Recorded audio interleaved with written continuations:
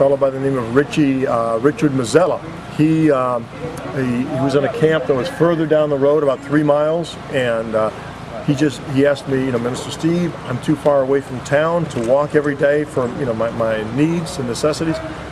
Can you find a place closer? So I just happened to walk down this path here that we came in at, and I came back to this area right here, and it was all cleared out of underbrush, which is very unusual for this area in New Jersey. It has a lot of wild blueberry bushes, a lot of briars, and so this was all cleared out, just a lot of pine needles, maybe a foot worth of pine needles. And so I thought this would be a great area to put Richie. And so I put Richie right on the borderline, right over here, the woods. And then a few months later, there was a fellow by the name of Herman Winkleman. Herman Winkleman was a multi-millionaire at one time. He owned one of the biggest restaurant banquet halls on the east coast of New Jersey. He had 180 employees that were working for him at this restaurant. And he had the American dream. He had the house on the bay. He had the Mercedes-Benz, the nice Mercedes-Benz, and he had it all. And what happened was he expanded his restaurant. He went with a bank that was in trouble. They couldn't fund him more money when he needed it. They foreclosed on him. He lost everything. He lost everything. With that, he lost his mental grip. He couldn't take the pressure. And so he lost everything. And he was the second person in InTentCity. Was a multi-millionaire at one time. So, it can happen to anybody. And so, where is he now? Well, he's since passed away. They found him, he passed away on the back of a bus, New Jersey Transit bus, probably of a heart attack. God rest his soul. So, and then, then as other camps were expanding in the area, they were getting too big for the area that they were in. Some of the overflow was coming into this camp, and new people coming down that were becoming homeless were coming into this camp. So it soon became the fastest growing and the most populated camp in Ocean County.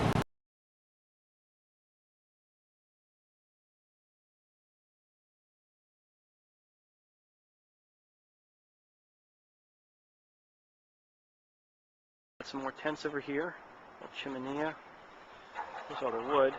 You can see it's not a whole lot of wood for this many people to stay warm through the whole winter.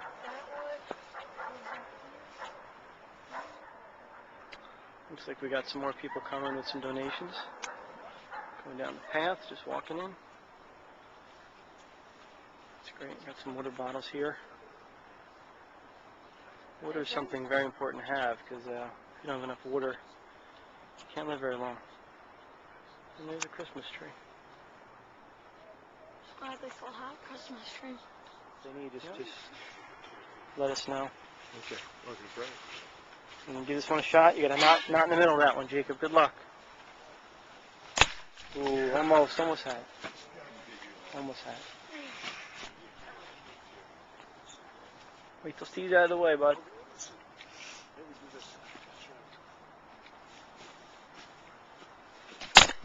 Ooh, you got a piece of that one.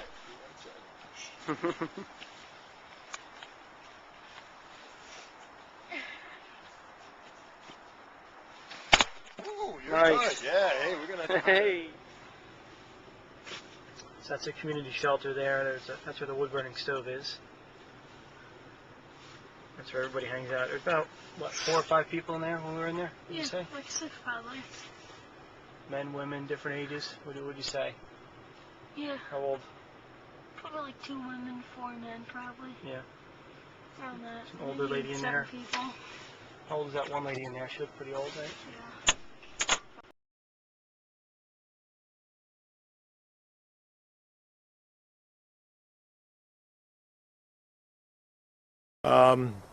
Here in Lakewood, the affordable housing, there's thousands and thousands of affordable housing units that have been built in this town since 1985, but it's almost gone exclusively to whites only. It hasn't been opened up to the minority community. And so that might pose a problem, but the problem is they're not building for the general community. They're segregating in how they're building. Of course, there's a synagogue here. There's no church in this development. They're building bigger houses, which the Orthodox families have, larger families, and most of the general community don't have the larger families anymore. So they're segregating in their housing and how they're built. It's discrimination by design.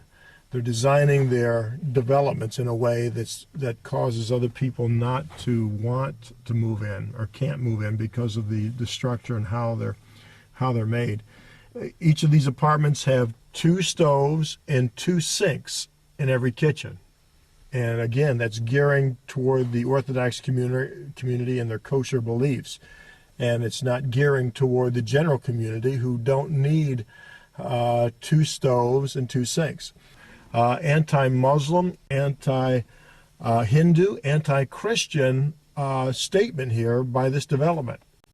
I believe that affordable housing is a basic human right. It should be available to everybody. The person working at McDonald's or a person working at Walmart, everybody should have access to affordable housing. And that's what InTentCity is. InTentCity is the affordable housing that they can't find anywhere else.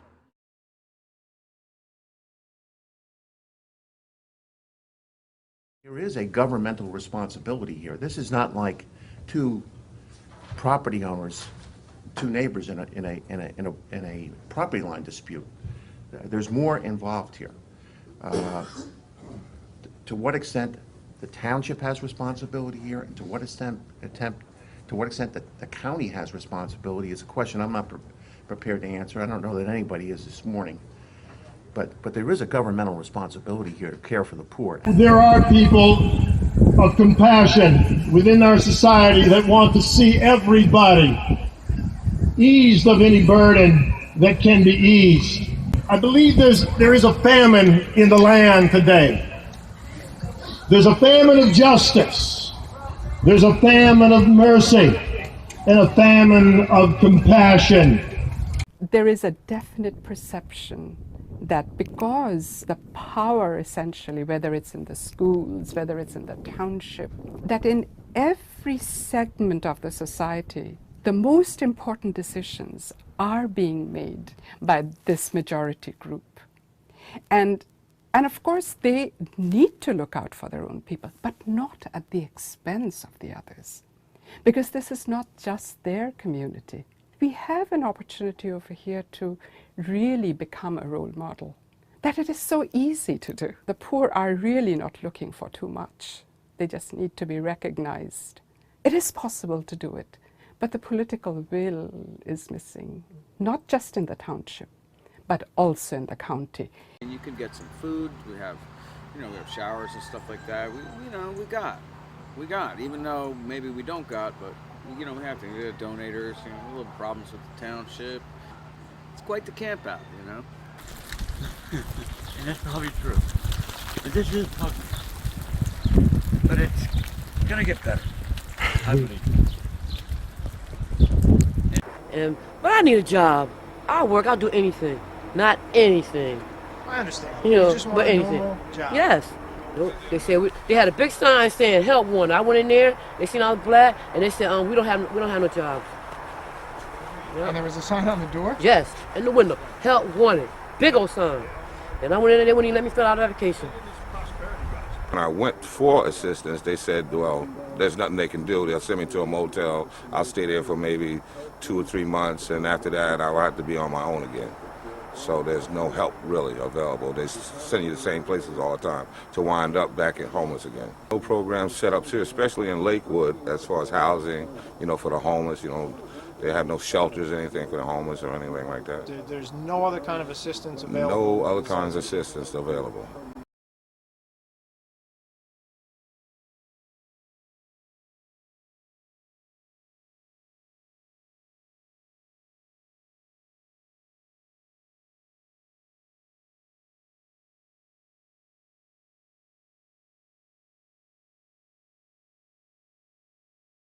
Turned many restaurants couldn't survive, and so I found myself running out of money. I got a place to stay warm.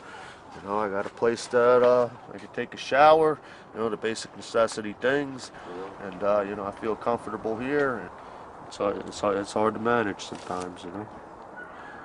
Got a lot of work out here. I went to social services here in Ocean County and sat there for 2 days, and they denied me.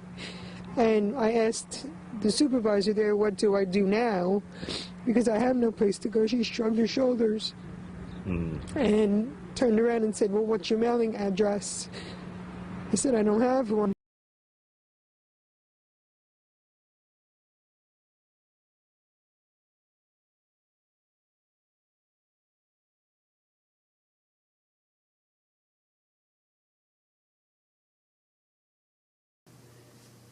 Recently, members of the township have gone down to visit Tent City, and what we found there was horrendous.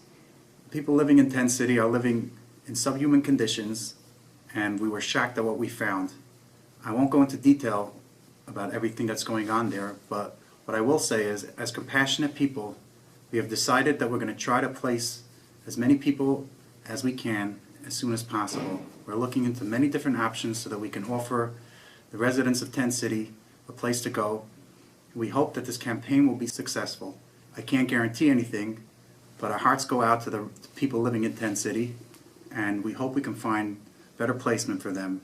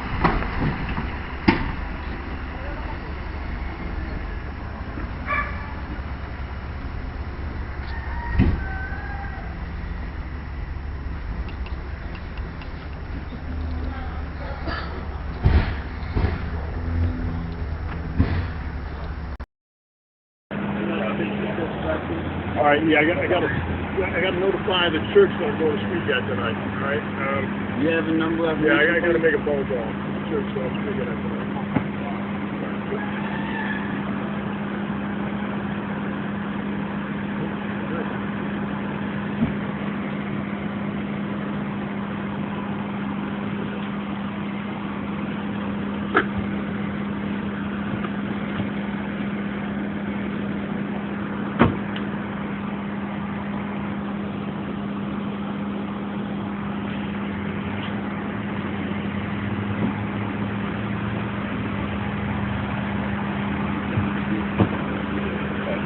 We're watching the bus. Did anybody give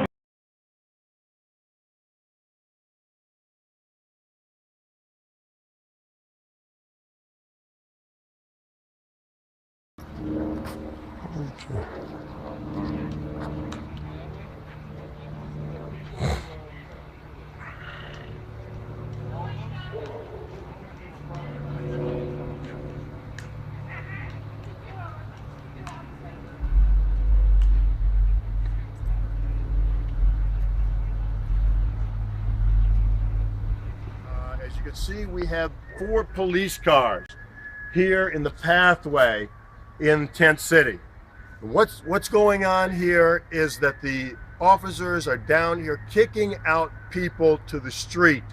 Here it is, late October, the nights are getting close to freezing, and it's dangerous out there on the street. Here in Tent City, we've got tents, we've got sleeping bags, we've got what people need to stay safe and warm and secure in this weather.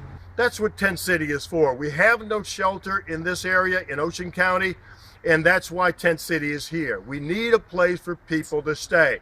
Lakewood police came up and stated to me, there were 6, that I had to leave since I did not have a census number, and I explained I was disabled, and they stated, well, you're going into the street.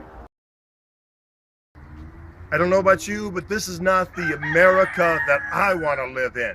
I'm a 12th generation American, and to kick poor, innocent women to the street without an option anywhere in America is wrong.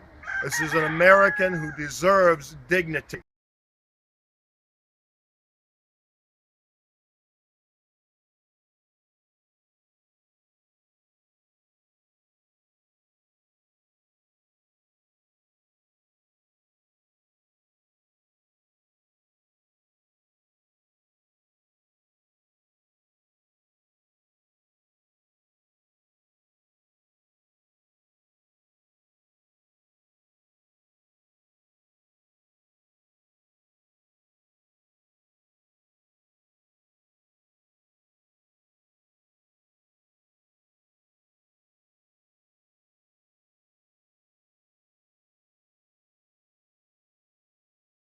as people are housed, the individuals are told that they have 7 days to remove the contents of their tent, and then their tent is taken down. We'll continue doing this process, and we hope that in the foreseeable future, we'll have the entire tent city cleared out.